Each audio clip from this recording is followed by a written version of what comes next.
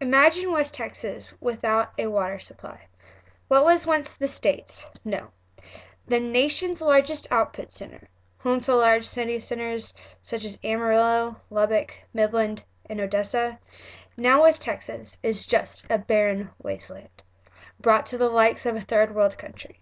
Its economy, just like the land, is now desolate.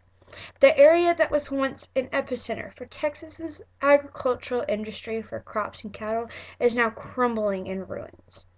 All because the region's main water source of water, the Ogallala Aquifer, went dry.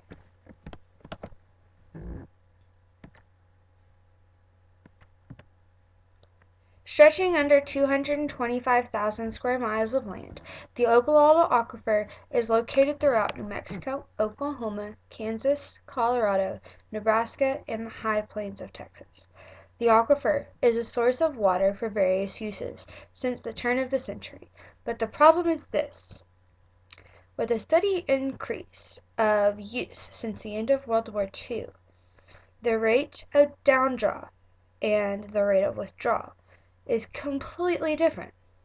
One is larger than the other, meaning we use more than is being replaced.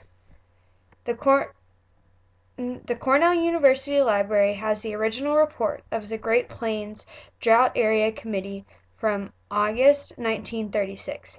In that report, they attempted to identify why the droughts were so destructive and why the rates of downdraw is so low.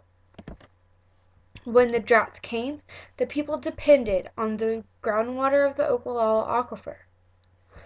But when are people going to realize that we need to limit the use of groundwater from this precious aquifer? What can we do to help things? Why are we not realizing this in the past and putting things in place to help this in the future? The state and local governments should find ways to limit usage or increase downdraw. The people should be more active about those things. Do we want the aquifer to run dry?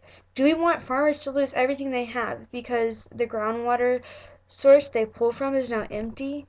Of course not. We don't want that to happen. I mean, do you want that to happen? If you are a farmer, would you want to lose everything you had because we just didn't have any more water? I wouldn't. That's awful. It's awful to think about. If we don't fix this problem of downdraw and withdrawal rates, the areas I have mentioned will become the barren location that I described in the opening of my speech. Like I said, do we really want that to happen? West Texas, a relatively small piece of land compared to the High Plains region as a whole, faces the loss of its main water supply. The Ogallala Aquifer is going dry. If we don't act now by trying to stop the depletion of the aquifer and find better, more conservative water practices, West Texas will be lost. West Texas will be blown away like the dust that flies through the wind out there constantly. A once thriving agricultural and industrial region of Texas will suffer a catastrophe it may never be able to recover from.